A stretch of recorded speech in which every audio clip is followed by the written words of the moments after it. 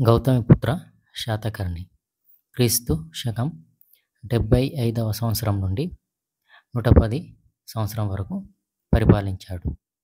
ఇతను 23వ శాతవాహన రాజు. ఇతను 24 సంవత్సరాలు పాలించాడు. ఇతను శాతవాహనుల్లో అతి గొప్పవాడు. ఇతని బిరుదులు ఏక బ్రహ్మణ, బెనటక స్వామి, త్రి సముద్రదిశ, ద్విజ కులవర్ధన, ఆగమని లయ, వర్ణ సంకర్య నిరోధక, దక్షిణ సముద్రదీశ్వర అని కూడా పిలుస్తారు.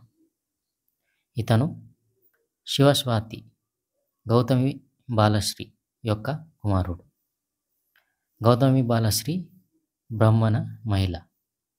దీని ఆధారంగానే శాతవాహనులు బ్రాహ్మణులు అని పరిగణించబడ్డారు. ఇతని కాలం నుంచే తమ పేర్ల ముందు తల్లుల పేర్లను జోడించే సంప్రదాయం ప్రారంభమైంది. ఇతని కాలంలో శాతవాహనుల రాజధాని ధరణి కోట వర్ధిల్లింది. బౌద్ధ శాఖ అయిన భద్రనేయ అనే శాఖకు నాసిక్లోని గుహలన్నీ ఇచ్చాడు.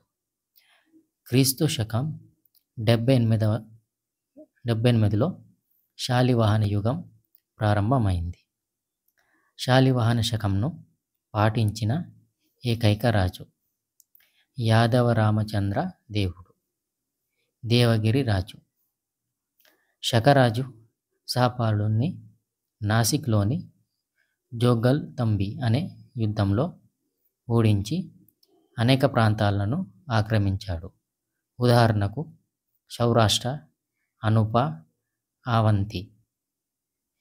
సహపాలుణ్ణి చంపడం ద్వారా క్షహరట వంశ నీరావ శేషకర అనే బిరుదు పొందాడు.